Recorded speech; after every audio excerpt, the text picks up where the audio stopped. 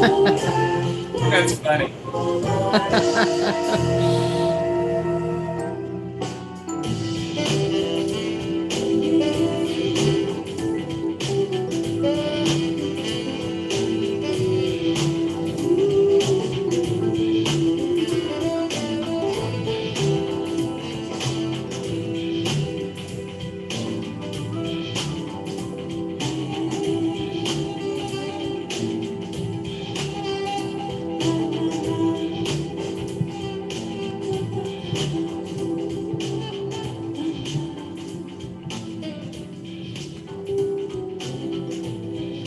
That's nice.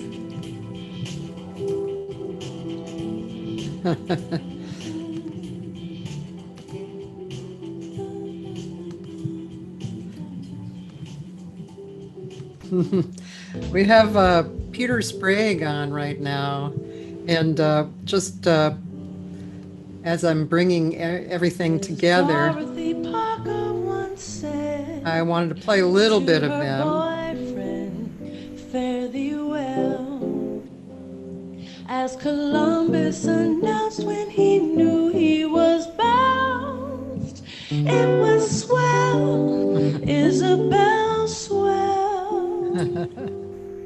As Abelard said to Eloise, don't forget to drop a line to me, please. As Juliet cried in her Romeo's Eve, Romeo, why not face the fact, my dear?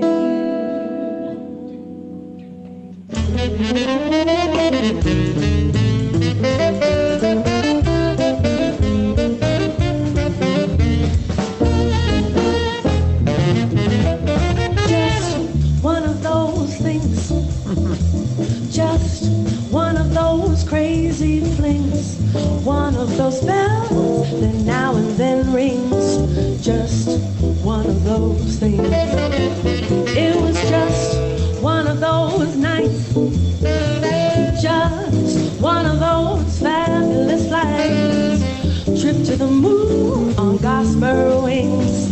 Just one of those things. If we thought a bit of the end of it when we started painting the town, we'd have been aware that our love affair was too hot not to cool down. So goodbye, dear, and amen. Here's hoping we meet now and then. It was great, but it was just one of those things.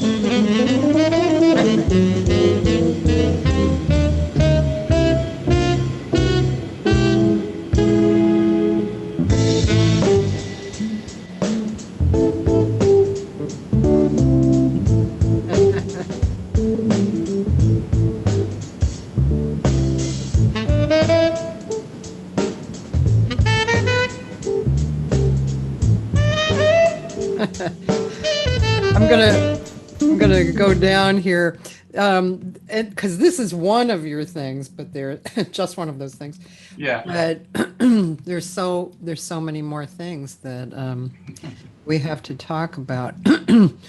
um, so my guests today are two people: Peter Sprague, the wonderful, wonderful Peter Sprague, and his partner in crime on one of his projects, Rebecca Jade. She'll be joining us at around 1 o'clock. We'll have a conversation with her separately. But right now it's it's a hang with Peter. Nice. I like the way that you laugh at these great moments. You might know it, but it's sort of like, well, there's a neat thing that happened in the music right there. Yeah. And I was feeling it too, and all of a sudden you have this little laugh. It's beautiful. So you're tuned in. Yeah, absolutely. Mhm. Um, yeah, well, there's so I mean, that's especially because I know the music of Cole Porter, you know, Right. and I see what you're doing, you are doing, and then I see what she's doing and the arrangement, it's quite enjoyable to Thank listen you. to, Yeah. I haven't listened to it in a while either, and that performance was one of our early ones, right when we first, I think before we even made the recording. And it's neat to see it again because the spirit is there when we were just surviving on some of those arrangements. Yeah, I could see her going, okay, and I then, know. yeah. Yeah, here this comes, Yeah, yeah. But that's cool. I mean, it's all kind of interesting, isn't it? When you like look at your early stuff and there's some real beauty in the I mean, that's a project that really has a beginning and then a middle and present. But even when you look, you've been recording a long, long time. So when you look at your earlier stuff, there's some beautiful stuff in there, isn't there? I Oh mean, yeah. yeah. There's always stuff that you could do better, but I sure like, every project that I do, I really try to do my best. So it sure marks the best moment that you could bring for that moment. And yeah, I like listening to early stuff. Yeah. I don't, some things are not great, but there's some nice moments that we had a rockin' band way back then. You know who I got in touch with again from speaking of one of my early moments is Rick Helzer. Yeah, you did? Yes. Tell me. Well, he's doing fine, and Good. he went back to Fresno, Okay. which is where he was from. That's where he was from before he came to Cal Arts, probably, right? Yeah, And then yeah. in Cal Arts, he then moved to San Diego, yeah. San Diego State. Well, that's great news. Yeah, and I mean the reason I brought him up was because he was on my first record. He was a big part of my first record. He arranged a lot of the stuff and he played. And when I go back to listen, that stuff is timeless. It's so good. And it's we were pretty young when we were making it. I think it was like let's see, probably yeah, just like late 30s or something. That's how old I was. And yeah, it was beautiful. Oh no, actually I was younger when I made that. I was probably around 30. But yeah, I mean, he just really beautiful. And he sent me a bunch of CDs and some really beautiful stuff. Him and John Stowell made a record. That was Yeah. gorgeous. Wow. So does so he moved back to Fresno to be sort of closer to his roots, I guess. And Let's see, I'm not sure. I think part of it was financial, because moving back to Fresno, you could actually live decently, you know. Mhm. And so he and his wife moved back, and yeah, he sounded great. Good. Really good to talk to him. Yeah. Good. I'm glad because I ask about him down here in San Diego because he was such a big part of this community, and I asked about folks that knew him well, and no one had heard what About happened to him because he kind of disappeared for a while. Yeah. Yep. Well, Well, that's good to know. I'll relay the message that he's alive and well and present yeah, yeah. with the fire. I think I met him through Lauren Pickford, who was, he lives in New Orleans, but he's like a super evolved artist. He's a art painter, piano player, sax player, and he's like he plays with like Wadado Smith, and he's that kind of player. And when Lauren was here, when I was very young, in my early 20s, and I was kind of wandering around going, where am I? Who am I? He was like my jazz father. I would like knock on his door at 3 a.m. and he would put me on his couch, to, to sleep. And anyway, so I worked with Lauren and he introduced me to Rick. So, because they were both Neat. So president. you grew up in Los Angeles? No, actually, I grew up in Boston, Okay. and I went to Berkeley for 3 years, and then I came to California. What brought you to California? Frankly, I wanted to get away from my mother. And I felt like Boston, I really wanted to get away from my mother and I wanted to expand. And I went to San Francisco first with a guitar player boyfriend, Ron Peters, who lives in Seattle. And San Francisco was too much like Boston. So we moved down to LA. Hmm. And then I was going to go to New York, but then I met my first husband and Hmm. stayed in LA. Hmm. But yeah, so I moved when I was 21. And been here since then, is that right? Lived Yeah. here since then, yeah. Neat. I know you're from San Diego, right? Yeah, I wasn't born here, but I've been here since I was 6, and Huh. I grew up here, and then a couple times in my life one time I lived in New York City for a year, Oh, and I loved it, but then I didn't like it because I loved, there was a lot of good things happening for me. I was playing with some great players, but I just didn't like the human being factor there at that time. Not that people were bad, but just how I fit in. I missed my ocean is what it was. So I really missed sort of the natural life that I that had been my sort of base value. And then that was at one point. Then I moved back here, had a great time. Then at one point I wanted to search out again, so then I lived in LA for about a year, and that was pretty good. But still, it was a kind of thing for me. I realized, what I enjoy most is being sort of a composer, leader of the band. Not, I like being a sideman, but it wasn't really. I have much more leadership qualities, I guess, of how I go about it. So I realized, I could kind of be. I could be sort of wherever I want to live because I can get a band together and do our thing. So then from there, I left LA and came back to San Diego. And it was neat to do all that, to sort of get that out of my system and feel real content here. And that's the way it's been since then. yeah, that's a little unusual, right? It I know. I is. mean, I do know people who do that, but usually later, you know. Yeah. And I think as a human experience and perspective, I admire that a lot, actually. I think other people do too. It's like they kind of wish they could do that. They wish they could get to that point. But as you said, you also got it out of your system. You went, Yeah. saw, you went, okay, yeah, I think I can, you know.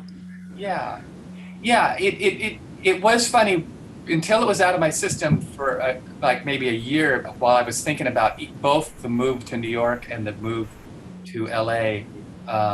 I was kind of antsy and thinking there's got to be a lot more to do. But it took me going up to those places and finding out, yeah, there's a lot to do, but in balance of a human being, you need all this music stimulus and juice, but at least for me, I need this other thing that I grew up with, which is, wake up in the morning, go surfing, come home, practice, play music, but then have this kind of a cool out place. Like where I live now, it's kind of a big piece of property and the ocean's close and I can make noise. And so I feel fortunate, but I also put a lot of energy to make sort of this happen, Yeah, the sort of living situation happen. definitely. I mean, that is something, yeah, I can only just imagine that must have taken a bit of work to, put it together. But it's so nice. I'm really glad for you that you're in Thank that you. situation. Yeah.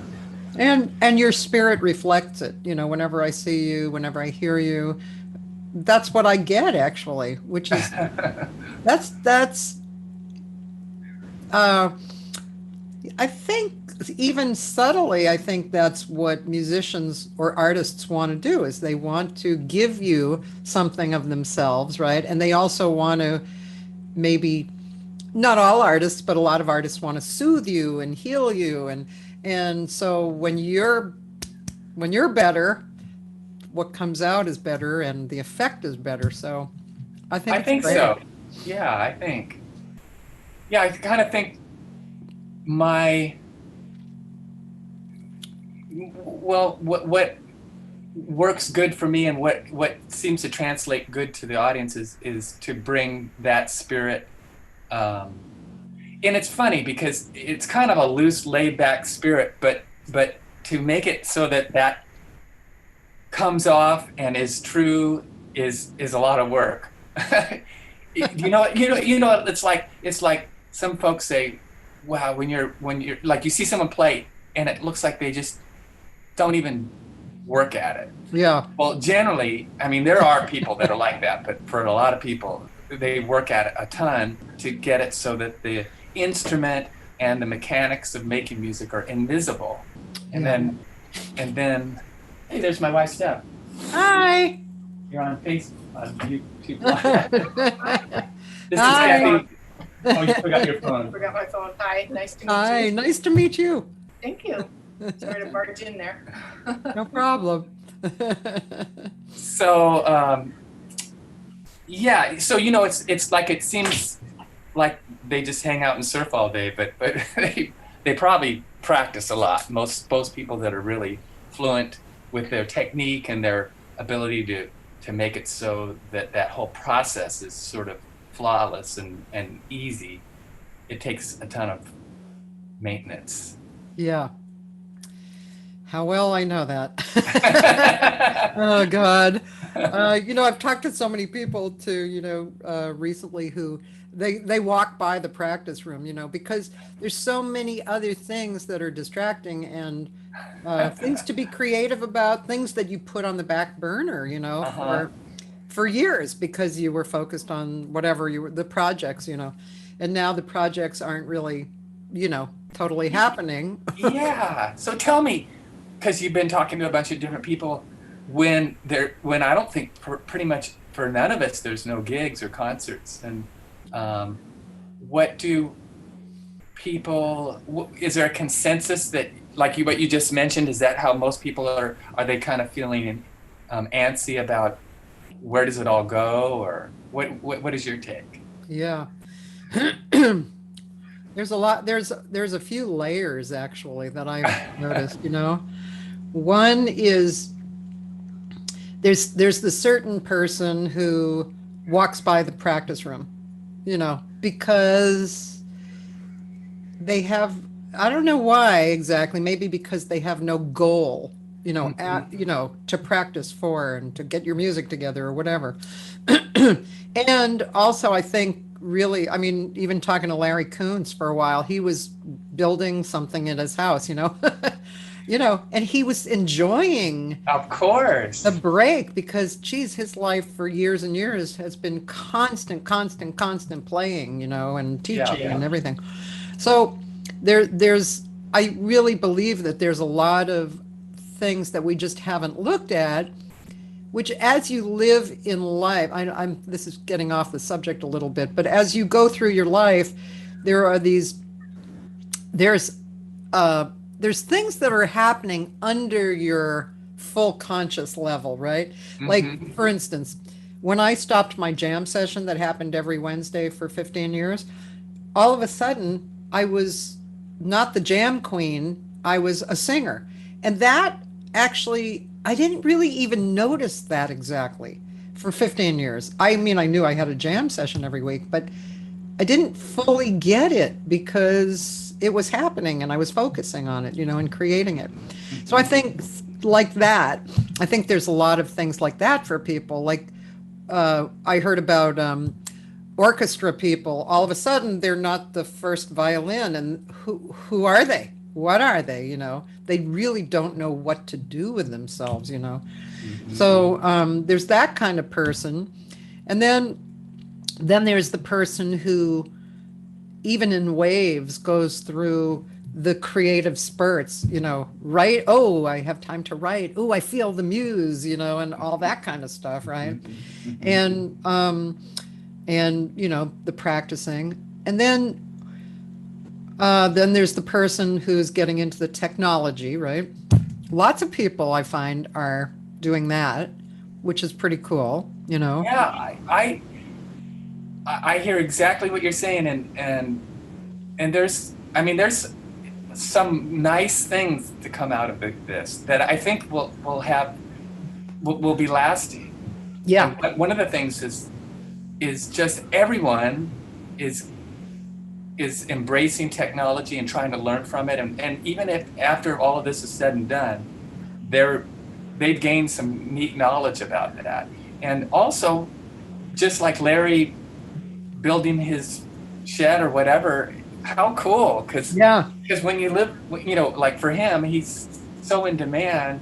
It's always about the gig and the new music that's going to be played at the gig and practicing, Yeah. and building a shed is pretty slamming as well. So I think, I don't know. I mean, we have no choice at this point. Right. So it seems to me, the cool thing is just to see what you can make out of these new given sort of parameters. Yeah. The thing that all of us are going through is we have a mystery about the future. Yeah. And that, of course, I think that's one of the worst things that's going on about now, is that because, you know, and I'm speaking, I mean, I haven't been a depressed person for years and years and years. I think I was depressed when I was young, you know, but I remember the whole experience of it. And it was the future that was Uncertain and worrisome. yeah. So Yeah. I feel like that is, you know, that's a drag, you know, for most everybody. It's like, what is going to happen tomorrow? What's going to happen next week? What's going to happen in November? What's going to happen in January? You know, and so people are definitely, that's affecting everybody I talk to, of course, because, you know, we're all human. We're all going through all of this stuff. So that is something in itself. I've talked to a few people who are doing political actions. That's their emphasis.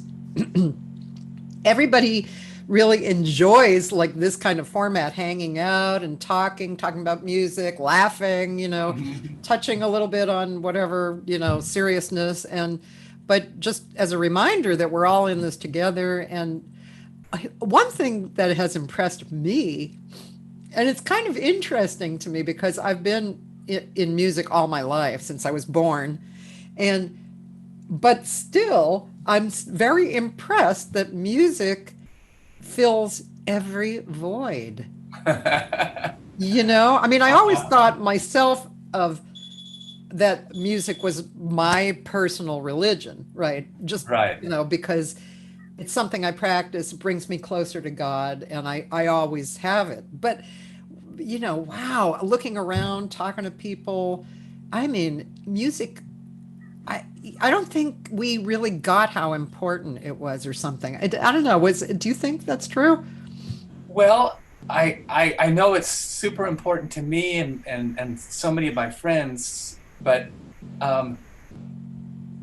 tell me how you pick up that all of a sudden the rest of the world sees it as important too, because maybe I'm missing that. Well, one thing is that I see how many people are listening to what's going on online. Yeah. And I see how many people are actually doing things online. Yeah. And you know, even like what happened in Italy on their balconies, you know. So everywhere I look, I mean, I don't go one day without seeing some kind of music effect in the world, Yeah. you know. Yeah. I see. Yeah. Yeah. Though that's good for us and good for the world. Hey, Cathy, what do you think? What do you think about like the technology and the way it's everyone's doing stuff online? What are your takes on that? Well, let's see.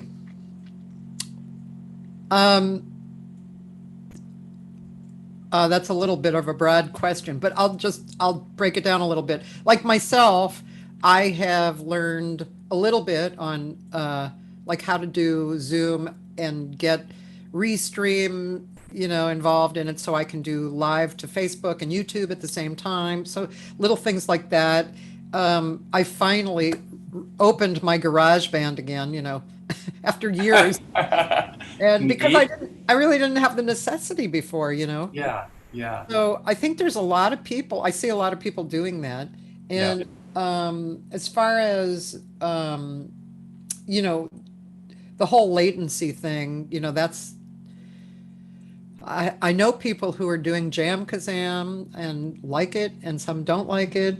And uh, I don't know. What is your take on it? Was that you have? I think you have some other part of that question in mind. Well, I just wonder how other people are feeling about it. But I have this. I have an interesting. Well, I don't know if it's an interesting take, but I have um, for a long time been really interested in. Well, have you ever seen that show called Prairie Home Companion or heard Yeah. that show? Yeah. Yes. So I love that. I love that it's folk music and all these different types of music, and there's integrated into the program was it's not going of course anymore, but integrated into the program was live music, but also guests, little skits and things like Yeah. that. Kind of like that whole format. So for me, it had been in my mind with my studio to do something sort of like that, and it never came to be because I was so busy in what we call the hurricane that we were talking about before, doing gigs and you need a lot of time to sort of plan out the tech part of what I was thinking, and yeah, mainly that time. So then with the COVID, then I thought this is interesting. So I did get really into the tech part of it, and uh, really enjoy putting on these live streams. And part of it, that another thing that's kind of interesting is I've gotten really tired of traveling, and traveling with the guitar is just murder these days. The airlines are so tough, and these guitars I have are expensive, and it's you never know what it's going to be. Plus the travel, just the whole airline thing is just torture. So this live stream thing has been super cool in that we're touching people that might have heard us, and like when I go to with CNA to Europe, some of those fans are flocking over to hear us, and plus a lot of I'm kind of an older guy, and as a lot of the folks that listen to my music are older, and we're finding all these folks that were not coming to the gigs as much because it's a chore, I guess, for them. So that was happening, and then just the greatest moments of music are sometimes when silence is your friend or is an option, where you can play so quietly or just leave space and it's part of the music, rather than it being infiltrated with moving this or that, or coffee machines or bar drinks bumping. So all of that makes the format really interesting. Anyway, so I just wonder. So for me, I think even when COVID is over, I'm for sure going to play gigs and concerts, but I'm probably not going to travel much, and I'm going to continue to do these things because one of the things that we're having fun with is the hang. Like you're doing this hang, we kind of have the hang with our music too. So we do a song, and then my brother Trip tells a story or something. So it's kind of fun that way. Do you do these regularly? I do. Mostly every other Thursday we do them, and we do them on YouTube. And they're always have a theme. Like the next one coming up is in 2 weeks, and we're going to do the music of that band. Did you ever remember that band called Cream that was a rock band with Ginger Baker? Are you kidding, man? And One of my favorite bands ever, and I was the right age for that too. exactly. So I've done all these, like I do with Cole Porter. I make these Oh, wow. wacky arrangements of their tunes, and Cool. then the following 2 weeks after that, we're doing the music of the Beatles, which I've done a lot of Beatles arrangements. And then the weeks after that, we're doing like a suite of music that I got commissioned to write for sort of a chamber music group. So it's sort of classical and jazz mix. So So the next one is the 17th. let me make sure I'm talking right. The 24th. Okay. Oh, the 24th is Cream. That's Cream.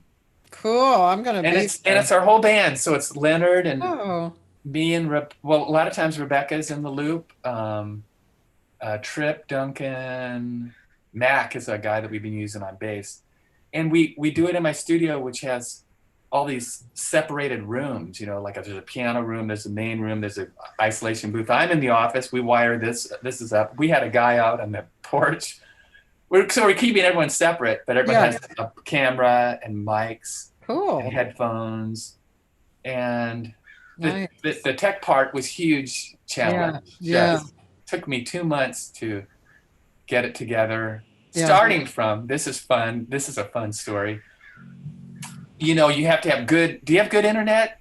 Download speed? Well, I'm actually going to be getting FiOS, is that what it's called? Yeah, Fiber fiber optics. optics. Yeah, so that the up and down are better. Nice. Yeah. Well, I had bad internet, and we live up this, it's called a flag light lot. So it's a long driveway than our house and scene. So we're way off the street. And I called the company and they said, no, we won't service you because you're too far off our little map. It'd be, unless you want to put up $12,000, we'll do it. Wow. So, because they'd have to dig a long ditch up the driveway and bury it. And so then I called around and I know this guy on the city council of our city, and he put me in touch with some special person, and they brought out an engineer and he said, yeah, you're too far off the grid, but if you're willing to dig a trench up to the next street and get permission through your neighbors to do that, dig a trench and bury a conduit, which is like a pipe that they'll run a cable through, we'll do it. So me and a friend, it was 385 feet. It was huge. Took us like 3 days. We just jammed, built this, had to go through cactus. Oh my God. It was like, Damn. and it was unsure too, because it was like, are we gonna make it to the top without too many curves? So we made it to the top. The guy delivered it, barely was able to pull the cable through. Oh my God. Hooked it up. Now we have killer internet. So that was the start of that was the beginning of the whole COVID, is me navigating that. Because if we didn't have good internet, it would have never worked. Wow. That's really impressive. Jeez. Okay, you're one of my hero stories about this time. What time is your show on YouTube? They're from 7:30 to 8:30. They're free. They're on YouTube Live. They people give me tips. How do you find it? You would go to YouTube Live and just Google, search my name, Peter Sprague, and you'd find it. Yeah. But thanks for spreading the word. That'd be cool. Yeah, this is like, God, amazing. And Cream, I mean. I know. I'm excited. I know. Such killer music. Totally. I'm going to read a few of these comments because, as we go on, the comments get older. So let's see. Roland Ascarons says hello. And Joyce Glasgow, you probably know Joyce Glasgow. She's from Seattle. Okay. And Cinna is here. Cine?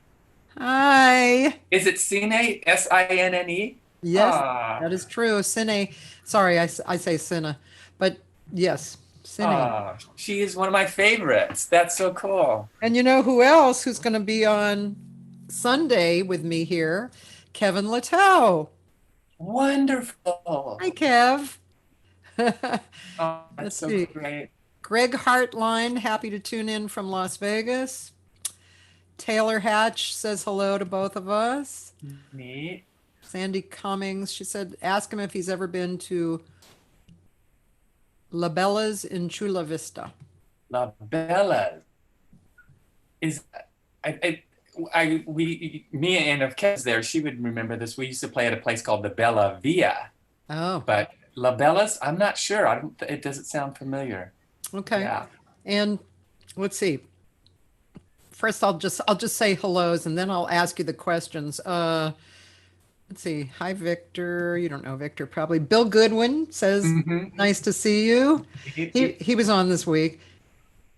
He was really fun to talk to. Geez, what a memory. Damn.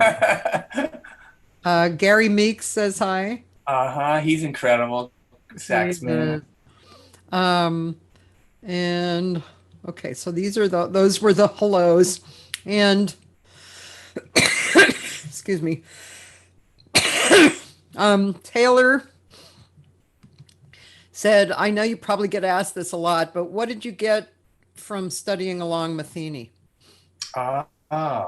Yeah, I got to take about 2 lessons from Pat Metheny when we just got out of high school, and I moved to Boston and was thinking about going to Berklee School of Music, but so I was just sort of for a summer just hanging around and took classical lessons from a guy named Alban Zach. I remember that. And then I heard Pat Metheny, and Pat Metheny was the big talk of the town, even though he hadn't done that first record. Everyone was talking about him, and he was playing around, so I got to hear him and Jocko, and then I went to his house and took lessons, and it was really good what he showed me, and it was nothing, and it was so funny because I said, "Well, what scale do you use?" I said something like that. He says, "Oh, you can just look that up." I like that. But what his thing is, he heard me play, and I think was playing pretty good, and I was kind of really influenced by Joe Pass at that time, and his main message to me was just really develop your own thing. And boy, if anyone has ever done that, he has, because like you can hear a second of him and know that it's him, and that's true from that very first record. And when I was hearing him, he had such an original voice and sound, and so he really encouraged that. We remember we played All the Things You Are, and he just sort of said, yes, good, but keep working on your own thing, rather than being so influenced by these other people. So it wasn't, but that really proved important for me, and I think kind of the natural evolution of most players is you're influenced by other people. You get tired of playing that lick that they played, and then so you do it a little different. And then you're influenced by another person, and it's all that blend of stuff that happens inside of you that makes it so your own voice kind of emerges. But he's one of my favorites. He's been so influential in composing, and we did one of our live streams. We did the music of his music, and he submitted a brand new song that we played. Wow. He had just written, because that's what he's been doing during the COVID, is just holding up and composing a song every day. And he says he's looking for what he calls the bulletproof song that you can play 165 nights a year. There's a lot of songs that he's written, I feel like that. Yeah, I know. Yes. And he doesn't know which ones are going to be bulletproof. And so he said, here's 3 new ones that I wrote. Pick one out. Oh, Let's see if it's bulletproof. interesting. I Yeah. wrote lyrics to In Her Family. Do you know that song? Yes, I love that tune. Yeah, and he actually he loved them, and he gave me permission to, publish them separately, and I recorded it. It's just, actually, I wrote the lyrics when I was in college, because that was the time when I was listening a lot, to ECM and all his music. But yeah, he's just a wonderful writer. He sure is a wonderful writer. Yeah. There's so many beautiful songs. They're so melodic and harmonically beautiful, Mm-hmm. Let's see. Pat Kelly's here. Oh, neat. He said, "I have known you for 47 years. You're already playing amazing things when we first met. You're an extraordinary musician. All the best." Oh, that's neat. Well, yeah, he was in San Diego when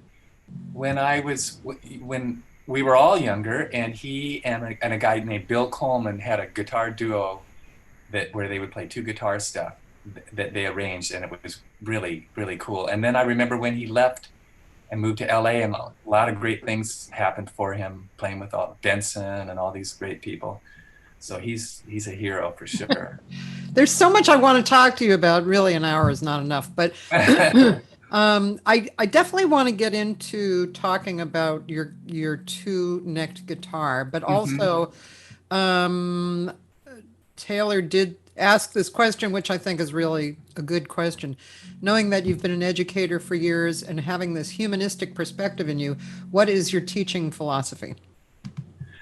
Man, the teaching philosophy is so tricky, I think, for me. Like, this is what I come up with. So I have all these things that were really important to me in learning as I came up that still hold true, like practicing certain things and way to approach it. So what I did is I did a lot of teaching, and I put all that stuff in a book, and I published the book, and it's done well. It's still my bestseller of all my things. Oh, really? And it does well. Then I taught a lot. I taught at CalArts, and I taught at GIT, and lots of private lessons. Then I got more into recording, so I decided not to teach, but I had my book and then no teaching. Then I got approached by, I play with Diane Reeves, and the piano player with Diane is a guy named Peter Martin, and he started a whole online video course instructional lesson called Open Studio. So he has, Diane did one, Peter Martin's done a zillion, Romero Lumbambo, Greg Hutchinson, a great lineup. So he asked me to do it. So I basically did a 3D version of my book. Here's the book, here are the things. So me talking about it and expanding it. And that's done well. So that's been fun, because the part of teaching that I am confused by is, how do you lift somebody from this place that they're learning and get them over this hurdle where they can play jazz? And I keep thinking, well, the things that were important to me were these ways of doing it, and this blend of transcribing, but also all these technical things. And I pass these on, and I'm not sure if people can make it over this hurdle. It's weird. And I would love to ask someone like Larry. I should ask him sometime, because he teaches guitar, and and if there's some magic thing that you can say that all of a sudden lifts this person from playing modally, and all of a sudden, because the main thing you want to do in playing jazz is at least have this ability to play through chord changes.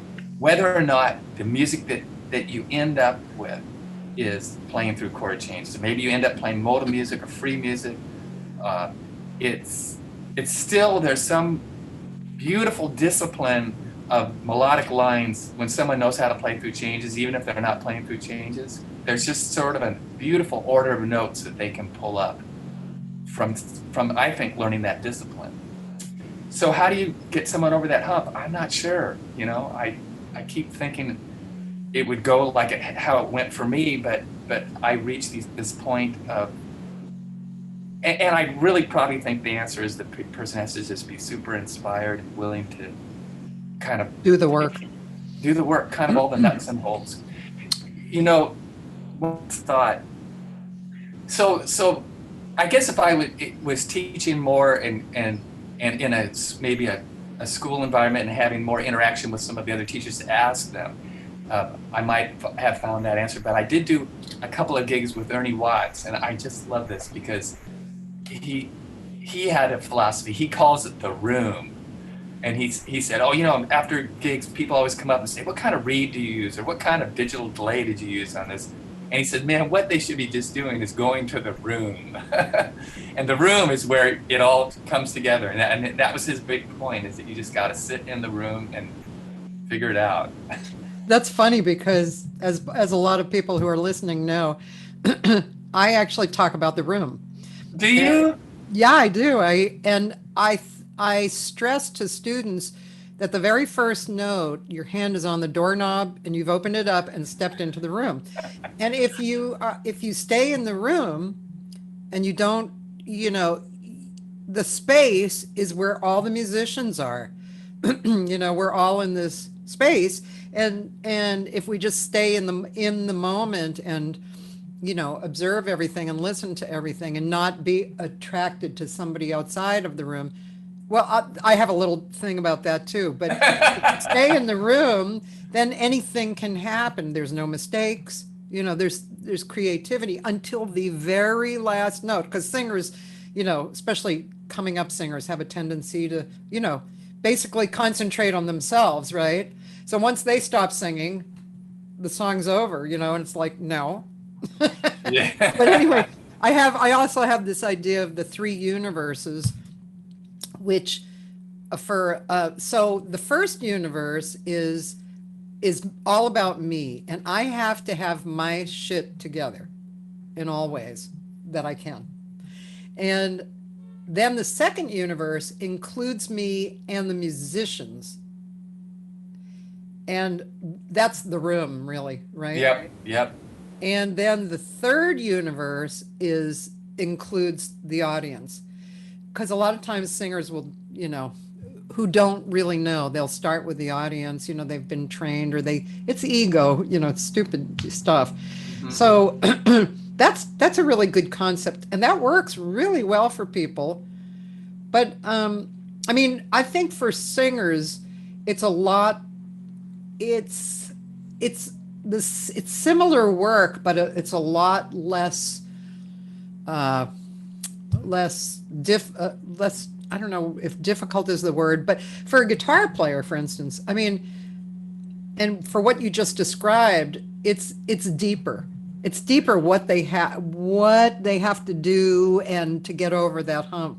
But for singers, there's also it's the same hump, right? It is, yeah. And I think it has to do a lot with, you know, and I'm sure you do too, with the person, their philosophy. If they can't see what's right in front of them, that's okay. But I mean, that's where they are. They just can't see it yet. And something else has to happen that all of a sudden the light goes on and they're like, oh, I didn't see that before, you know? But yeah, but I mean, that's probably plagued teachers for, you know, forever, right? Yeah. Oh. I mean, and then that kind of goes away when you get one of these rare gifted, like superhuman musos that you know, just devour this stuff and make sense of it and bring it to fruition. But whatever, it's all a good flow. And I have this one young kid named Tommy now who's super young, and he is just a gem on every level. And his dad, this was funny because his dad, you know, I'm really not teaching, and his dad said, "Oh, just can you have one lesson?" I mean, he's like 10, 11 years old. He's so good, and I think, oh, nice. And so yeah, one lesson. So he comes over, and the kid is so good and so beautiful with his spirit of it, and so that's a joy. I show him stuff, and he totally gets it, and that makes it. That is a joy, yeah. It is. I have a student like that too. A woman in her 20s. She's Chinese American, and she's been a singer, but all of a sudden she decided she wanted to be a jazz singer. It's so much fun teaching her. She gets everything, you know, and she's having so much fun, and it's so exciting for her. It's really a joy. That is. Yeah. Before, and Cinna's funny. She says, "What do you mean, Cathy? You know, about like what I was saying about people who don't see what's right in front of them." She said, "Do, re, mi, mi, mi, mi, mi, mi." I miss Cine so. I do too. She'll come back. I'm sure once everything kind of makes sense again and you can travel. But because she belongs in California too. She's a surfer girl, actually. She's cool. She was actually my first guest. Oh, Yeah, I Yeah. didn't even plan to have her, but she appeared on it, and I said, "Oh, why don't you come on and we'll talk?" So she ended up being my first guest. But Kathy, did you hear her latest record, the big band record? yes, Wow. So killer. she's stunning, and she's just gotten better and better and better. You know, the last time I saw her, Josh and Larry, you know, and she were at Vitello's, and it was so good. It was so gratifying to hear her. Yeah. That was a really good week. I also heard Luciana Souza with Chico and Chico. Scott, Yeah. Yeah. and then Michelle Nicole from Australia. She was here, and I got her with Larry and Derek. Okay. Awesome. You Was know, this all taking place at the Blue Whale? no, let's see. One, you know, Sino was at Vitello's. Michelle was at my home venue that I always book at, Alan Mm-hmm. Goldman's house. Mm-hmm. And Luciana was at Cal State Northridge in the back, like they had sectioned off the stage and made it a jazz club. Oh, And okay. that's where they were, and that was really nice. Neat. Well, Really hey, quick. one question, Yeah. and then you can ask me a question. But what's going? Is June over at Blue Okay. Whale? Is he? Interesting that you should talk about that because just last night he actually messaged me and we had a chat. So we didn't talk all about that stuff. I just wanted to know that he was all right because I hadn't heard from him in a really long time. Right. So he's doing fine. He's in Korea. Okay. We didn't talk about the blue whale, but you know he's okay. He's fine. Good. And yeah, and he said Korea has been kind of up and down. You know, they were for a while they were doing really super well. Then they Yep. opened up, and then they got the figures went up a little bit. So now they're kind of closing down again. But anyway, he was doing fine, which is really nice. And Joyce, the link in days and times of Peter's live stream, he probably has it on his site, but basically they're every other Thursday. And let's say starting the 24th, he's going to do Cream, and it's 7:30 to 8:30 Pacific Standard Time. It's on YouTube, but I'm sure you have a link from your page too, right? I do. So actually, that's what I'm going to do later today. Is some of the biz about that, Yeah. getting that up. But people also can subscribe to my YouTube channel. Oh, cool. And that would let them know the minute that would happen. Yeah. Now, before I have Rebecca come in, I just wanted to ask you about the guitar thing because your guitar, you created that so long ago. I remember because so I don't know why it was so much in my mind. I've always been a guitar girl, you know. And it was sometime I think it was around when I was playing with Ted Green that you did that. Wasn't it like super long ago? The double neck guitar, you mean? Yeah. No, back then with Ted, when you were playing with Ted and I was playing, I always had two guitars. One steel, I Okay. really, because I played with a pick with steel and then Yeah. my fingers with nylon. So it was always that, but it was about maybe 15 years ago, maybe, yeah, I have a bad sense of time, but something like that, that I thought I got this idea to have the two necks because I like switching between songs and it was always, you know, if I'm going to be the guy that says a few things about on the mic about the song, then I'm just having to switch guitars, replug, blah, blah, blah. So then I had the idea of doing it on one guitar, and I first took the idea to Taylor Guitars, which I have a kind of an endorsement deal with, and they didn't get it. They didn't say, well, of course it's not going to be popular, and and it's going to be a hassle to build, and blah, blah. So then I found a guy in town here in San Diego named Andy Powers, and a young guitar builder, and he loved the idea. So we made a mock-up of the guitar. We made a version because there's an ergonomic element that's pretty important, like how far are the necks apart. They're splayed, meaning they're not just parallel, and, Oh, and right. the lower one I'm doing it, but the lower one's up a little bit. Anyway, there's a lot of ergonomic motion in there. So we made a fake one just to see how it felt. Then he built the real one. It has nylon strings and steel strings, has all this electronics, costs a ton of money, and it's a piece of heaven. That's great. It must be really hard to travel with. God. Oh, I've done it once. I had a gig in New Orleans, and I did it, and it's not. I thought the main element was weight, and it's not overweight. It's very close to being overweight, so it made it through that. But it's about 1.5 inches over size. So at that time, I was flying out of a small airport right near my house. That they kind of knew me because I was flying a lot out of it, and they let it go. But when I got to New Orleans, they said, this is oversized, and they charged me a huge amount, like $300 extra to do it. So that was the first and the last time I traveled with it. I think it's longer than 15 years, but I'm just saying. It might be. It really might be. But I have the same time issue. So because it's so fun to live, right? So who cares about what exactly it was? But yeah, I'm bad with that. Yeah, my Stephanie, who you saw, she likes to remind me, man, you just shrink everything down. It was way longer. Well, you can stay on. Let's kind of mishmash the crossover. Yeah, Yes. but I do want to say thank you. I didn't really even play you at all, but people know you, and you have to go hear Peter Sprague because he's one of the best guitar players on the planet, and I mean that.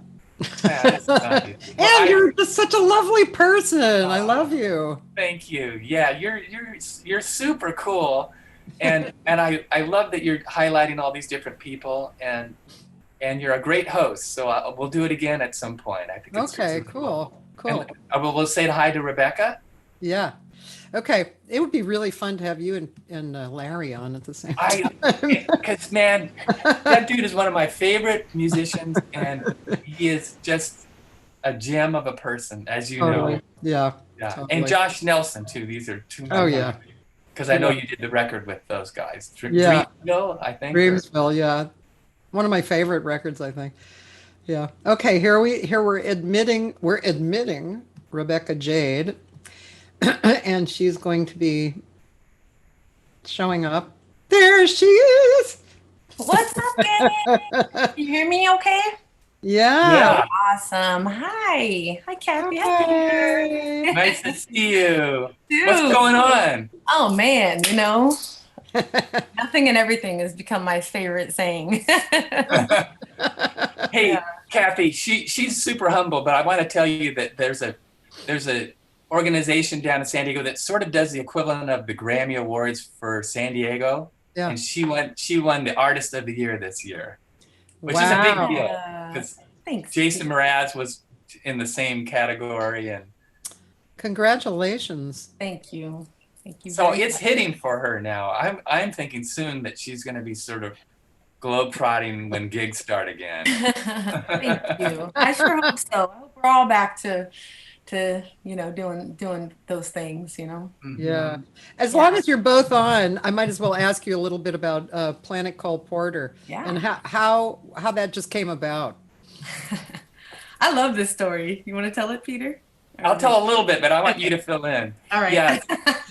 So the story, it came about that there was a woman in San Diego that was doing a cabaret music series, concert series, and she, for some reason, wanted to include me, and she knew about Rebecca too. So she said, Peter, what could you and her do for our series? And so it's cabaret. Oh my God, what do we do? and I thought, well, and I don't even know if I ran it by her, but what I thought is, let's do Cole Porter, which is incredible music, but let's do our own thing to it, which includes styles that Rebecca and I overlap, for sure jazz, sort of hip hop-ish or funk and R&B, samba. So to bring this in that sort of arena. So then what happened, Rebecca? So this was just like a one-off show, right? Yeah. was basically, and Peter did all this amazing work for one show, and it was kind of gonna be it, and people just really loved it, loved the music, loved the project. And we were just like, well, what do you think? And I personally was selfishly wanted us to do it because I had first of all never recorded anything with Peter, and second of all, I feel like I'm a jazz singer at heart, and so I would love to have a jazz record, and to have that first jazz record to be with Peter was going to just be amazing. So selfishly, I really wanted it to happen. Yeah, people were just like, it's such a great record, and I mean, such a great program, and you should record it. You should record it. So Peter and I talked about it, and he's got his studio there at Spragueland, and we had already worked it out with the band, obviously, because we had done a live performance of it. So it was already kind of under our fingers. We did some editing, right? Cut down some of the longer parts, or some chopping down, like minimal, to make it album length, right? And we recorded it, and I'm so proud of being a part of that record, and that's how it came about. It wasn't, and the goal wasn't to do the record, right? It wasn't. That was the goal, was just to do the moment, and the record became. And another thing that I thought was interesting, because the record is not that produced, but we made it quickly. I remember, like, compared to projects that just go on forever, and then it went down quickly, and it just we dig it, and people, it's one of, well, I don't know about for you, but for Rebecca and I sort of share our contribution in this record. And so for me, it's one of our best sellers. In fact, I think we're almost sold out. Do you have any copies left? I don't have too many copies left either. I think that's impressive. Almost time to pick up, I hope. And I was lucky enough to book you guys in the club that I was booking for a minute. In Olac, the Saturday Night Jazz Bar Fedora. Oh God, it has so many names. But that was fortunate too. Did you guys perform live with it a lot? We have. It still has legs, as they say, right? It does. It's kind of a unique program that we can pull out whenever, when, like, for instance, with our live stream, we did one of them, which we did Planet Cole Porter. And I think the next goal, well, we kind of expand out now, because we are doing some songs. When we do that program, we're doing some songs that are not the Cole Porter songs too, just because it's neat to have, like, some other styles and other kind of type of song.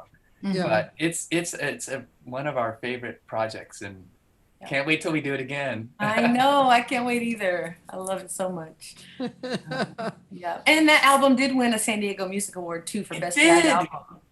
The same award that she won last year. The year before, we won the Best Jazz Recording, I guess is what we did. Wow. Yeah, so we're proud of it, but we're glad that other folks dig it too. That's just. I know, nice. We can kind of be proud in a San Diego way. That's right. Absolutely. That's cool. That's really cool. Congratulations on all of that. That's great. It's great music. If the audience hasn't heard it, you need to go hear it, because it's great. Real great combination of stuff. Hey, Cathy and Rebecca, I think. I'm looking at the time, and the reason I'm leaving, and you guys might be mad because it would be fun to keep hanging, but I have an appointment with a friend. We are going surfing at 1:00. Oh, nice. Because the surf right now, it's Santa Ana winds, which make fires bad, but makes the surf good. So. And Rebecca, sometime, it might have to be next summer. Okay. We're going to teach you how to surf. Please do. I so want to learn. I've gone surfing like twice in my life, but I would love to go again. I know. And the summer is the time to do it, because when it's dead winter, it's huge waves and it's freezing. And so I'm not a fan of cold. So let's try. Okay. Well, so lovely to be with you both, and we'll do it again. Rebecca, I'll see you around. All right, Peter. Lots of love. Bye, Peter. Bye-bye. Love you. Bye. Oh, that was a good conversation. Oh, he's great. He's the best. He is. Yeah. I don't know if it's, I mean, there's all kinds of musicians. I happen to favor guitar players. Nice. every singer kind of, I don't know, has some kind of connection, either bass players in their lives or pianists or whatever. But for some Yeah. reason, I've really hooked into guitar players over the years. Nice, Um, nice. anyway, but he's just so great, great I love him. musician, His sweetheart. vibe is so great, so positive. Yeah. I'm just so blessed to be in his sphere. Yeah, no kidding. Yeah. So Rebecca Jade, woohoo, ladies and Yes. gentlemen, Rebecca How Jade. are you, Kathy? How you doing? I'm doing pretty good considering like all the Considering, different right? things. Yeah. I And know. plus I'm having my kitchen redone. So that's actually a big part of what's going on in my life right now. So yeah, Yeah. I don't have a kitchen sink and Oh no. yeah, so that's a big thing. And then Yeah. everything in the kitchen is now in the living room. Oh no. So that, you know, Yeah. it's just, you know, Yeah, it's part of the process. It's this. It is what it is. Yeah. I can't wait till it's done. It's going to be awesome. Yeah. But nice. yeah. So, so you're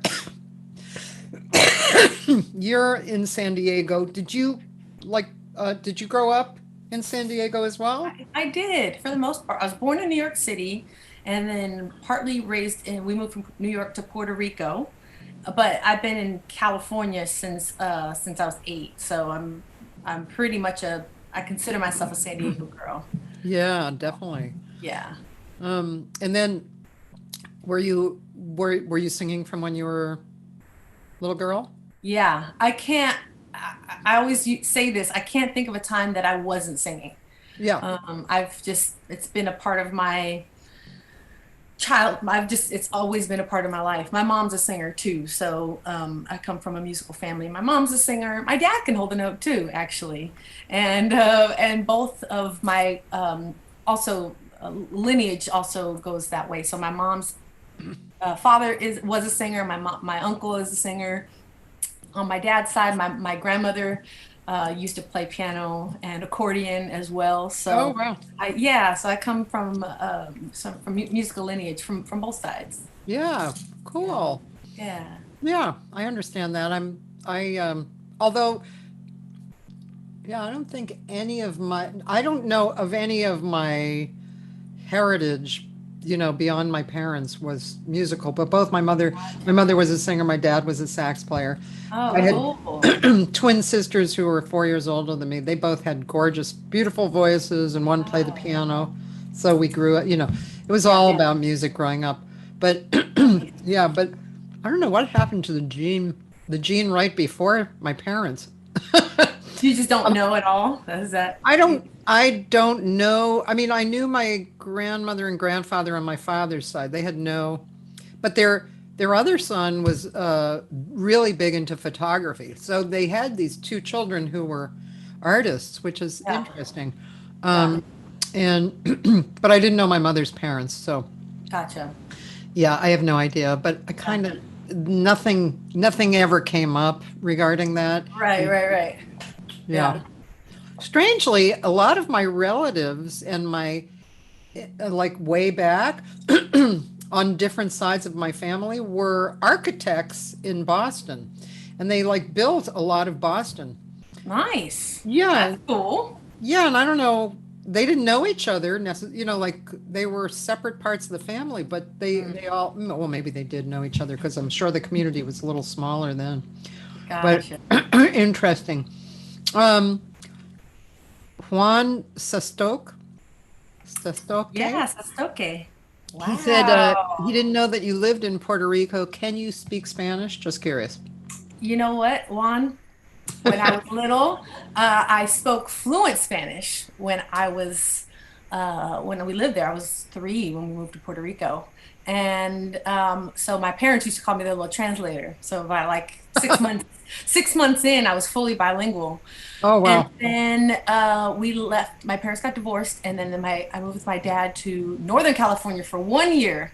Oh. So for that year of, I want to say, I think I was 7 to 8. Nobody spoke Spanish. I lost it all, and then moved to San Diego.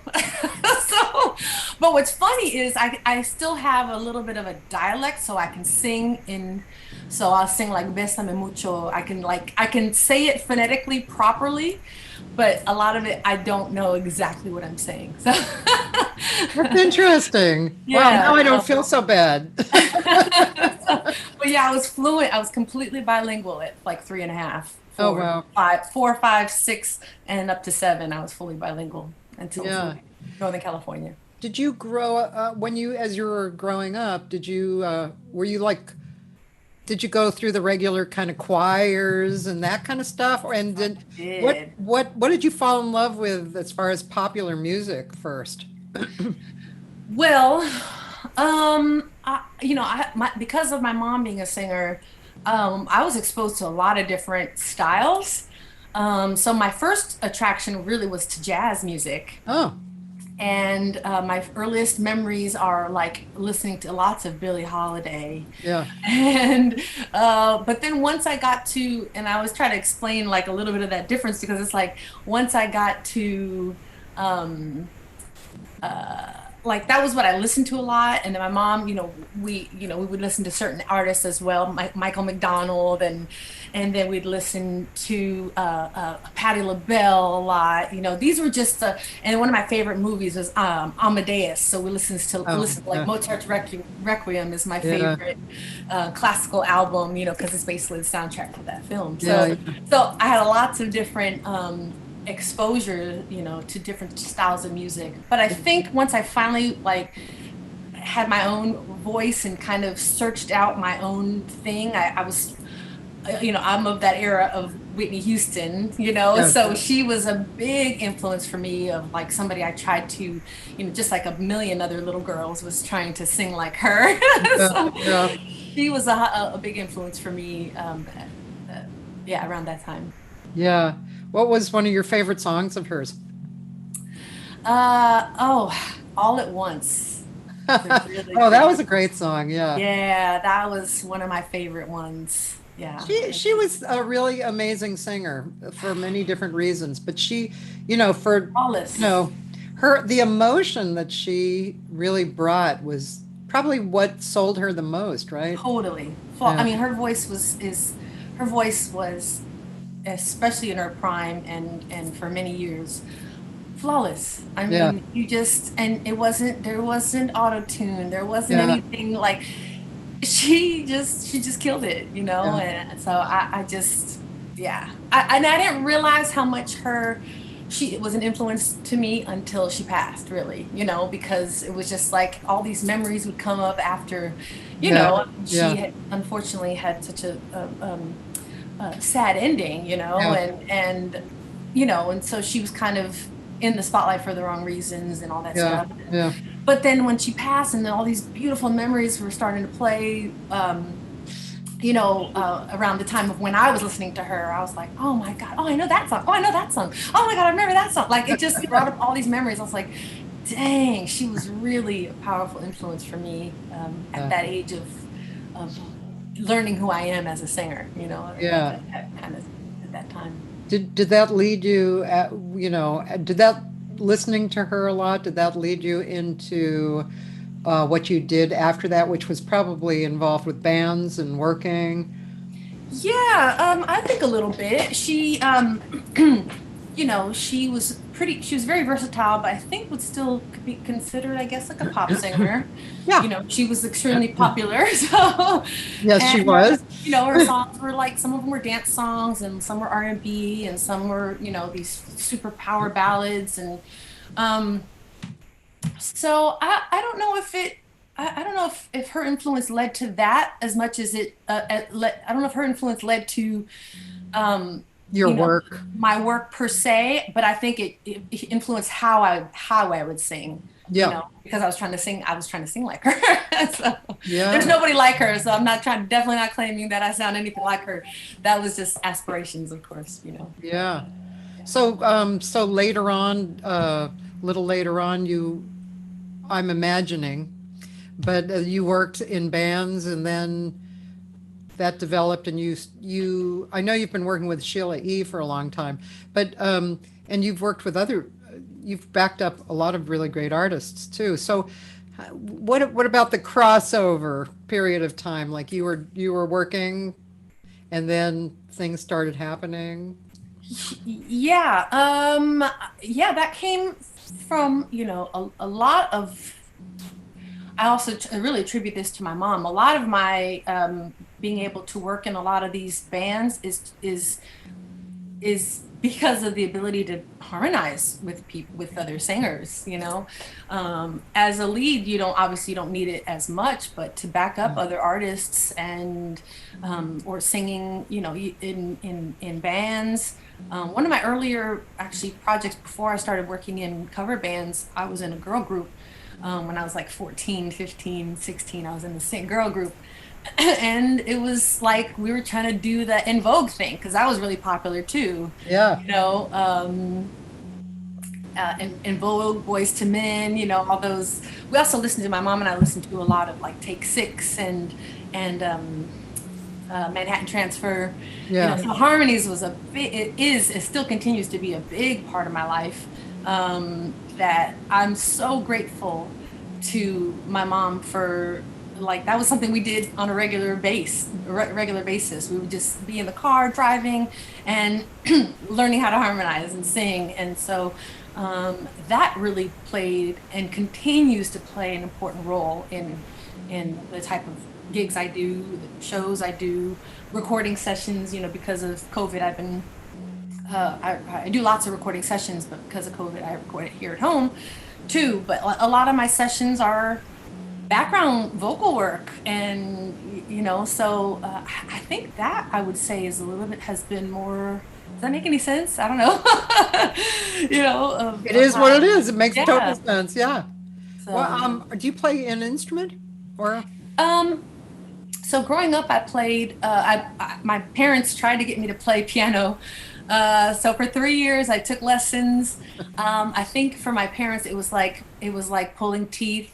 I fought it all the time, but I really, it's because I'm actually, I've always been really athletic as well. So a lot of my life was between music and playing sports. And so it was kind of hard to keep me Oh, indoors. right. Yeah. You're big. I'm sorry. I forgot that. I read your bio, That's and okay. you are. What is your specialty in sports? Well, I earned a full basketball scholarship. So I played lots of sports, but basketball is the one that paid for my college. Wow. Yeah, so I'm super grateful. That was a lot of my upbringing too. It was a lot of running around and playing sports, and my parents were just so supportive. Like, just do what they would let me try out different things. Try this, try that. I played baseball, and I was on the swim team, and I played tennis, and I ran track. Um, I didn't really do volleyball, although I really wanted to. And then, like I said, on the other side, I was in church choir and school choirs and musicals and plays, and so I had this kind of dual world. And then, so for them to have me sit down and play piano was just like, it was it was a little too much. I wanted to go outside and run around with my friends, but I did that for 3 years, and then they were just like, we're just not going to force her to do it, So, but then I wish, of course, hindsight's 2020, and now I wish that I had that foundation. And so, Right. I feel like, just as anything else, like music, you can't. It's harder to learn, obviously, as you get older, but it's not impossible. So I've been taking some theory. I'm actually taking sight singing classes right now, Oh. and I take. Oh, good for You see the you. drum set behind me. I love drums. I I don't play did see them. that. Yeah. I started challenging myself to play bass a little bit, so I've been kind of doing that. Oh, So I love music. I'm not fluent in any instrument at all, but I'm definitely a music, like, instrument, appreciator. yeah. That's so cool. Thank And you. and then so you obviously started getting invitations and jobs to back up some big name people, right? Yeah, a couple, I think.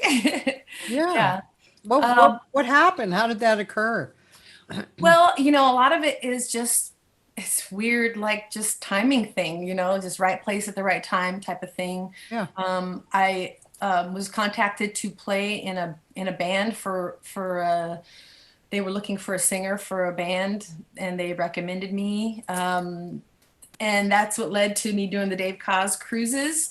Huh. And that's how I met Sheila E. So that's basically how that totally happened. It was completely random. Or I should say assumes, it can be perceived as random, but I don't think anything is random per se. I don't either. Yeah. So it was just one of those really wonderful opportunities that came up. And I've done the Dave Koz cruises now since 2016. This last one was for this year was postponed. Yeah.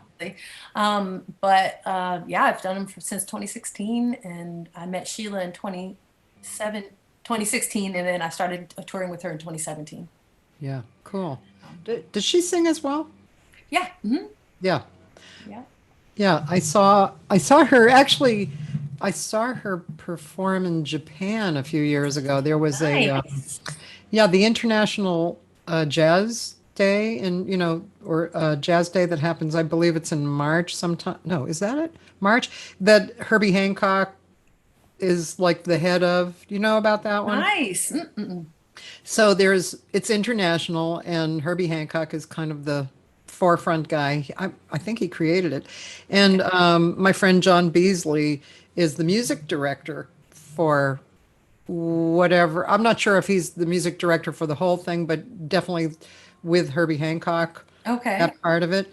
So we happened to be in Japan at the same time, and he invited me to come. And her dad was there too. Mm-hmm. Sweetheart. Yeah. And she was really fun to see. Yeah. Her shows are amazing. If anybody ever gets a chance to see them, and you see one and you haven't, they're phenomenal shows.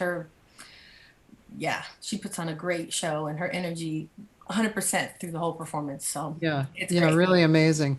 Yeah, and her dad, I met him briefly in the hotel when I was picking up my tickets, and he was so sweet. He's such a sweetheart. I know. And dresses fly every time. Every time you see him, he is dressed sharp.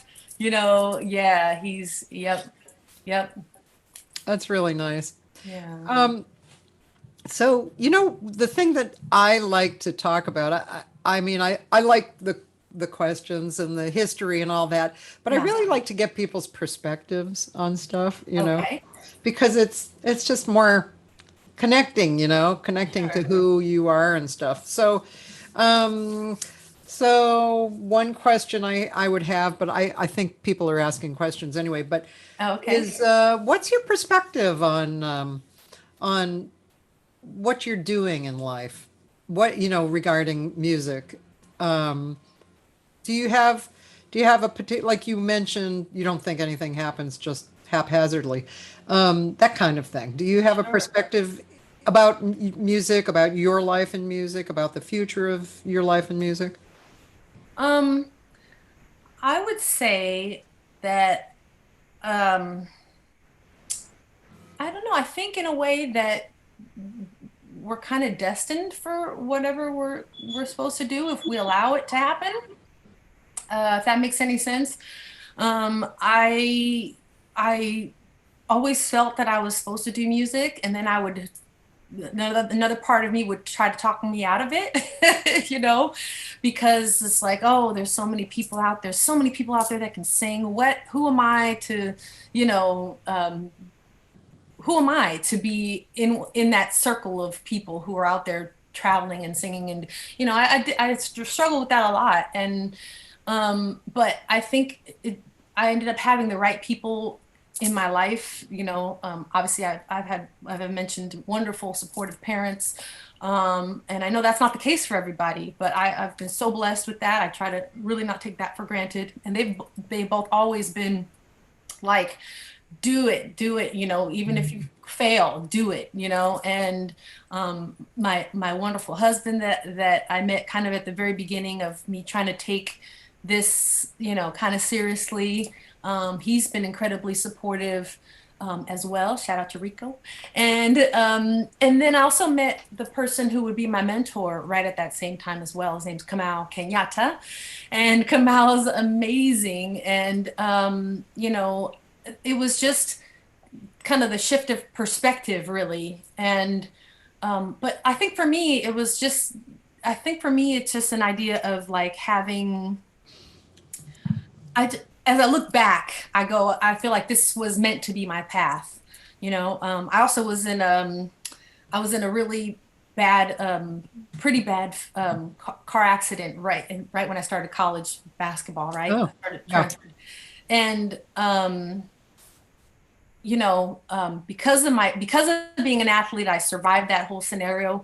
But it really was a shift. That was a shift in like kind of the trajectory of my life, because I really thought, okay, basketball was going to be the thing, and I was so in love with it, and music was just something that I always did. So in a way, I maybe kind of took it for granted, although not on purpose. I just didn't know, I just didn't think that was going to be my path, Yeah. and it was just like I said, there was too many talented people out there, and I don't know, I just didn't think this was going to be my journey. But that whole accident that happened really changed the trajectory of my life. And now in hindsight, I look and I say that might have been that blessing in disguise that brought me on this path. So I don't know if that makes sense or answers your question, but I really feel like, in a way, the things that are meant for you are meant for you, and so they're gonna, in a way, manifest themselves, even though they might be from a car accident, or one door closing will allow this other door to open. Yeah. Yeah. Yep. That answered a question. I mean, I ask these questions. I never know what's gonna Sure. what's gonna come out. But yeah, I just, like I said, I'm interested in people's perspectives about things, because Yeah. that's where you really can connect, as a human being. Hmm.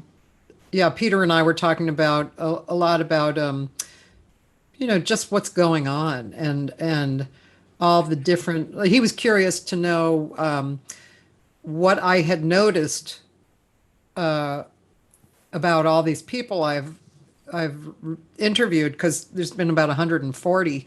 Wow. So yeah, and there's definitely similar things that occur, and Right. regarding technology, and regarding points of view of politics and health, and although we don't really get into that on this show, but at least people will say, I'm very affected, or I've been working on this, or I don't know what to think, or, Right. all this kind of stuff, because, yeah, this is such an unusual time. I mean, we are in history right now. We're going to look back and go, remember those few years that Yep. this, this Yep. occurred, and we came out of it, and hopefully, Yep. I know. It's very strange. It's very strange. yeah. So one thing you've been doing, obviously, is picking up a few instruments. Also, Hmm. you've been doing some recording, like online recording, Hmm. right? Yeah. And um, what else are you doing right now? Do you teach as well? I don't teach, no. But I've been working on, actually, the first like 2 months of COVID. I spent in a studio, like finishing up, actually writing 4 new songs. I'm working on my first solo record right now, actually. Oh, congratulations. Yeah, thank you. And I'm so grateful, for, I think everything that's all the experiences I've had prior with recording has led me to this point. And so I've just been really excited to figure out who I am as a singer-songwriter, so I've been challenging myself to work on and write all my own lyrics for for this album. And I'm producing the record with a friend of mine from LA. His name's Carnell Harrell. And so he's an incredible piano player, and producer and arranger. So we've been working on that together, which has been really Nice. amazing. So at the start of COVID, it was like, okay, let's get, we already kind of had the bones for these songs, and it was just like, but life was busy, So now we kind of don't have a lot going on, gig wise and stuff. And so we took advantage of that time. So recorded some new songs, and then actually just like 2 weeks ago recorded we recorded the instrumentation of those songs, I should say. And then I just recently recorded lead vocals on 2 songs, and then did some editing on those. And I'm going to go in and record some background vocals on Friday. And, now that, people are figuring out a way to, adapt and survive a little bit, or find out ways to still, keep businesses open, So, I mean, we weren't going into studios and stuff like we were before, right? But now that, it's only 1 or 2 people, we figure it out, So, Yeah. So yeah, that's been mostly my thing. I've been trying to take advantage of this time, keeping myself busy, because if I'm not busy, I'm gonna start dwelling on this craziness. Yeah. And so I've been trying to, just really keep active and keep my mind going, and so yeah, it's been writing and recording. I record here, that's why I was pointing at my microphone. Sorry, writing and recording, and yeah, like I said, taking sight reading classes. I'm just trying to stay, keep evolving. Yeah. It's And been I'm sure you're going outside and doing some physical sports too, right? Funny enough, not as much as I should. Ah. I need to be. Interesting. Yeah, I miss it, and I catch myself because I need to change that up. Actually, I think I've been inundating myself a little too much, sitting in front of the computer, and next thing you know, it's nightfall, and I've barely been outside, especially in the beginning of COVID. I was like, I didn't want to be outside anywhere, So, but now that it's we're kind of figuring it out, I should get myself outside. I'm a little pale. I need some sun. Oh gosh, I know, because the normal things, we were talking about that, Peter and I. The normal things that you do are those were things that you did because either there was something to do beyond that, right? So you were preparing for it, Right. or whatever. But it was always this list of things in the back of your mind that was like, yeah, I'll get to that. And now that list of things has moved forward, and Totally. it's Absolutely. really interesting. Absolutely. Well, one of the big things I forgot to mention, what a lot of artists have been doing is the live streams. As you've probably seen, Peter, I've done a couple with Peter, and I've done a few here. Right here at my house. We call it Rebecca Jade Homemade, and I've done one a month with my friend John Hartford on guitar, and John and I spent hours trying to learn the whole online streaming, format. That's been a whole learning curve, aside from, we're not just performing now. It's literally like you're producing a show. Yeah. So that's one thing that a lot of people might not really, or maybe they do realize, but that was something that, we spent a lot of time to try to get good quality sound, to be, since nobody's really going to, concerts are going to be the last thing that people are going to do here at least in America. Well, that's an interesting point too, because before COVID, the thing that always appeared to me was how some musicians were absolutely not into PR, right? They didn't even have a website. Right. And they should have, because, in my opinion, because they were impressive musicians. They weren't just like, some guy who's playing in his room, for 20 years. I mean, they were like out there working and impressive. And, when I was booking that club, I would go looking for websites, and I was like, really? Right. You don't have a website? You don't even have a Wix page?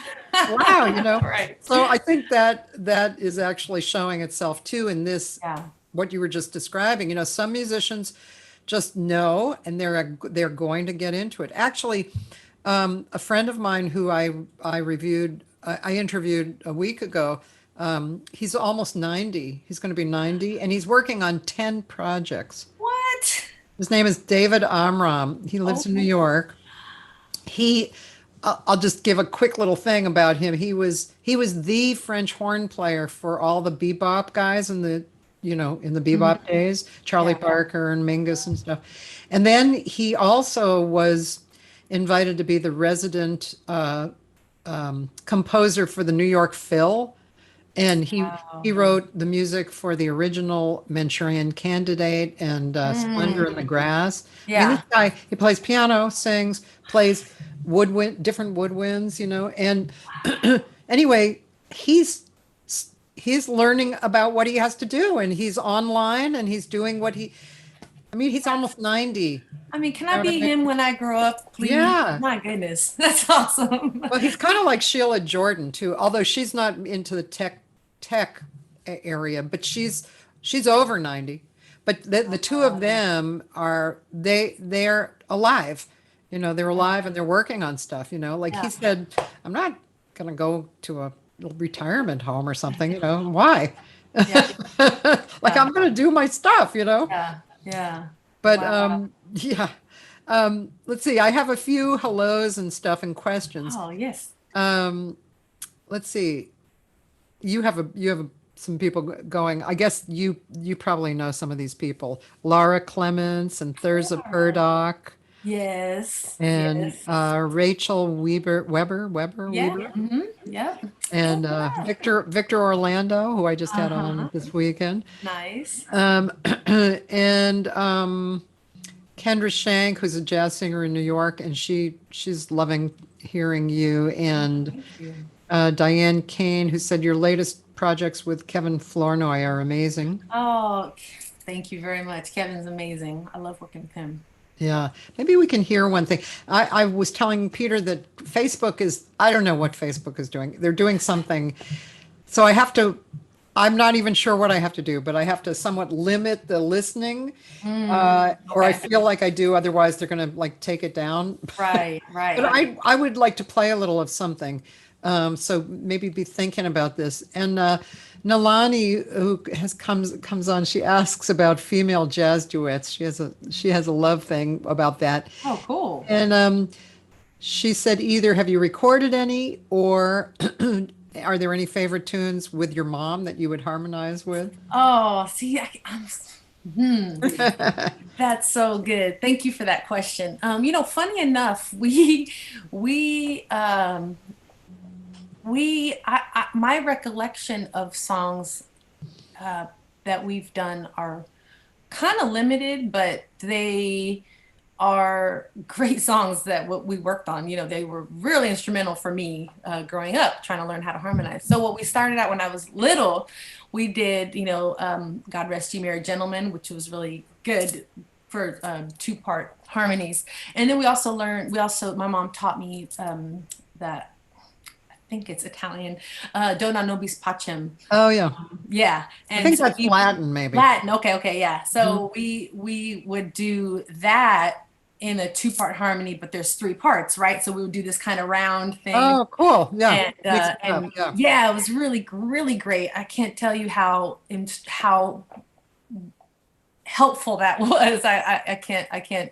But anyway, and then so actually as of late, so my mom works for the city of San Diego, and they, prior to COVID, they would do like some of the police academy graduation ceremonies, and they knew that my mom sings, and so they asked her to sing the national anthem. And she would say, hey, well, my daughter also sings. Is it okay if we both do that? So we would both go and sing the national anthem together. So we've done that a handful of times. Oh, wow. That must have been nice. Yeah, that's been really wonderful to do that. And then we also, of course, I'm trying to blank on the name of the song right now, but we would do, we also, so every Christmas or holiday season, I'm the artistic director at Seaside Center for Spiritual Living in Encinitas. And we have, we usually have every holiday season, around Christmas time, we would have a candlelight service.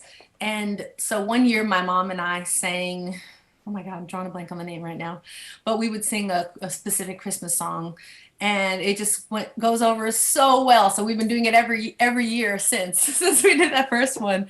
And so yeah, we sing together, and we're trying to find more songs to do together. We've just gotten, we've got these couple that we do right now, but we're trying to do some more together, and actually, yeah, keep doing that, because I do love getting to sing with her. Oh, that's nice. I know. I sang with my twin sisters for, forever. It was fantastic. Yeah. Yeah.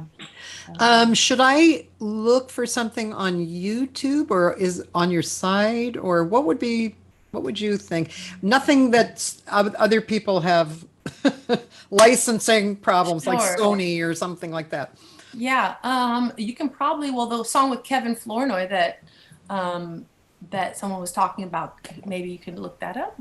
Yeah, on YouTube or sound or Yeah, I mean it should be on YouTube, I think. Yeah. And it's basically it's a cover of Alicia Keys' song. But he did all the legal stuff, obviously to be able to perform it. Oh boy, you come up immediately. Oh, nice. Yeah, Alicia Keys, no one? Yep. Official cover video, that one. Yeah. Only 4,000 people have seen that. I don't Okay. know. We may need something else. No, I'm kidding. So I'm going to try and play All this. right. I might stop before the very end. I don't know. I really, like I said, I really don't understand exactly what the story is with Yeah. these platforms. So okay. All right, you ready? Yeah. Are you ready? I'm ready. Oh, okay. Yes, I am. Ready? Oh, my old friend. Oh, cool. I'm on fire. See? Yeah. Yeah, yeah. I just want you close, where you can stay forever. You can be sure that it will only get better. You and me together through the days and nights. I don't worry, 'cause everything's gonna be alright. People keep talking, they can say what they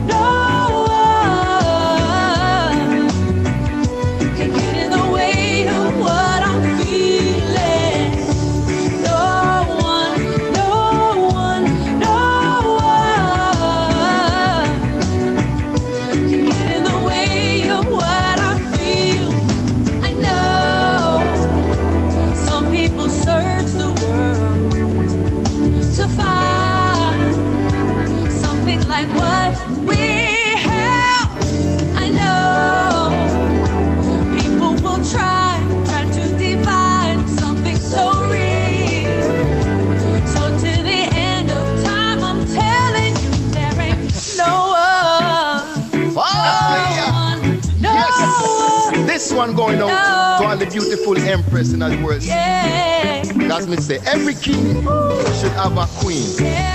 And when she arrives, a more fire you have to put in her life, see? Cause the Rasta man said this. Check this, watch out. I used to live my life down in the fast lane. All about riches, all about fame. Big time player now they cheating game. When the lion run wild, me never know him could not tame. No one make the girl love his blood in a me pain. Her love is like the sunshine, her love is like the rain. She truly take time out to come ease the pace. Girl, you truly me say this is me last name. Come me say take a dip song and a That's great. Okay, people can go watch more of that. Yeah. That's great. And Daryl Crooks. Yeah. I love Daryl Crooks. Yeah. He and I actually met in Japan. Nice. Yeah. Nice. So that was really fun. Thank you. Yeah, Kevin Flournoy came up with that arrangement, and Kevin and I go way back. There was a club here in San Diego called Anthology. I don't know if you ever. Yeah. So we were in the house band there together. He was the piano player, and I was the singer of the band. And Cool. And so Kevin played there. Kamau, my mentor I mentioned earlier, he was one of the piano players too. They had a couple, people in the chairs and stuff. So Kevin and I go way back. I love that guy, and we're working on some new stuff together too. We just recorded one of his original songs a few weeks back. So he's got more music coming out. He's incredibly talented. Love that guy. Yeah, that's really cool. And besides Peter, are you doing any jazz gigs? Gosh, no, not really. Like I said, other than my live streams, Yeah. a couple venues, a lot, when I wasn't out touring, a lot of my work was, restaurant gigs and lots of duo gigs, Yeah. Shout out to the Acoustic Spot. That's a company I work with quite a bit. That's booked me for a lot of work, and so that whole thing, obviously shut down initially, but now a little, people are being a lot more COVID compliant, and started having a couple gigs here and there, not too many, but a little bit of like outdoor venues, places that are, that are being able to allow for space. So other than performing maybe a couple jazz tunes here and there, that's about it. Really, Peter's the only one I get to stretch out with some jazz. So. Pretty cool. Yeah. Yeah. Well, anything else you want to talk about, or would you like to tell the people listening? No, not really. Just working on the new project I was mentioning, new album that I'm working on. I'm gonna do another live stream probably the end of this month. I've been doing them pretty much so far. It seems like the last Saturday of every month now. I'm probably gonna do another one of those. I haven't. Evening or daytime? Daytime. I try to give it, do it early enough so that I have some folks like there's a that you saw who's tuned in. Shout out. She's in the Netherlands, and a few people out there. Thanks to Sheila, I got to meet some wonderful people through touring with Sheila, and same with Laura Clements, and so I try to do it early enough to where anybody that's like on the East Coast and also overseas can tune in. I have a really close family that lives in Italy, that they try to tune in as well. Leilani and Chris and Logan, if they're watching, love y'all. They're in Italy, so I try to do it early enough so that folks can tune in. Hopefully, it's not too late. Over on the other side of the pond. Yeah, sure. Roland said he's curious about the Distaff Muse. Oh, that's not me. There's another. That's another Rebecca Jade who's in Europe or something. There's another Rebecca Jade? Yeah. Yep. She's English. Yeah. That's so weird. I know. I actually had believe it or not, there was a woman who was named Cathy Segal-Garcia. Wow. That's kind of a weird name, Right. A long time ago. And we used to actually get calls for each other, and we found each other and we would call each other. Yeah. Wow. Give each other messages. Yeah. Oh, that's hilarious. Yeah. Well, I just recently actually, I just recently started control work on my Spotify page, and I Oh. contacted Spotify, and they actually just separated us, so she shouldn't. Oh. Anybody sees her, I'm still now. I got to work on like YouTube and all the, and Apple Music or whatever. But I finally got one down at least, so Well, at Spotify least doesn't have her on it. at least it's not the most common name. True. Who was it? I was on. I can't remember. It was a guy who I was hanging with on one of these shows, and I went to I went to Instagram to try and hook us up. Forget about it. There were like at least 20 people with his name. Oh wow. And and actually in the end he wasn't on Instagram. Oh no. So it really didn't matter. But that's a whole other thing, That's hilarious. a connection and anyway. But thank you very much for being on. It was really fun to talk to you and Thank find you. out a little bit more about your life and what you're doing. Now, people are who didn't know you before are going to know you and be connected with you. And then people who do know you are very happy to see you. Oh, thank you so much. I appreciate you having me on your noontime hang, and I'm so grateful. And Peter's amazing. So anytime I get to even cross and hang with him, even for just a few minutes, I'm so grateful. So, and it's because of him that I got to meet you. So thank you. That's right. You're welcome. And I'm just going to tell people that tomorrow I have my day off, and the next day, Friday, the bassist Putter Smith, he's a very substantial bass player who's been here for a long time. But you know what? One of his claim to fame is he was. Do you remember Diamonds Are Forever? The James Bond movie? Yes. Mm-hmm. That's with like Jill St. John, and the diamonds, Anyway, well, it was a really funny James Bond movie. There was a gay couple who were the bad guys. Okay. And he was one of the guys. Oh my God, that's awesome. He had never been an actor. He was not an actor. They found him in a jazz club. Go figure. They just like how he looked. Anyway, but he's really he's a very substantiated bass player, and he also comes from a musical family. Nice. And the next day, Saturday, is a guy who is a great, awesome trombone player and a great singer and scatter named Scott Whitfield. Mm-hmm. And he's pretty well known. And then you probably know Kevin Latow. She's going to be on Sunday. Yeah, very nice. Yeah, she's an old friend of mine. Sweet. So yeah, so that's what we're doing. And actually next week, I do want to shout out for Monday is Sunny Wilkinson, who's a great singer. She speaks kind of like me. She's an old friend of mine, and she lives in Michigan. She's doing every 2 weeks a show for an hour with somebody. And so Monday at 11, because she's my friend, she's doing it at 11 Pacific time instead of 12. Gotcha. Nice of her. They're very nice, very nice. And then right after that, I'm interviewing Carmen Bradford, who's a great jazz singer. And one other shout out, jazzvoice.com. If anybody's listening who wants, for a very inexpensive price, to be on this organization that has a lot of different workshops and lessons and stuff with some top jazz singers, jazzvoice.com. So I do want to shout out for them. And that's it. That's all my shout outs. Very cool. Well, thank you again for having me. I really appreciate it. Thanks, Rebecca. Have a great day. You as well. Bye. Thanks for everybody tuning in. Bye, everybody.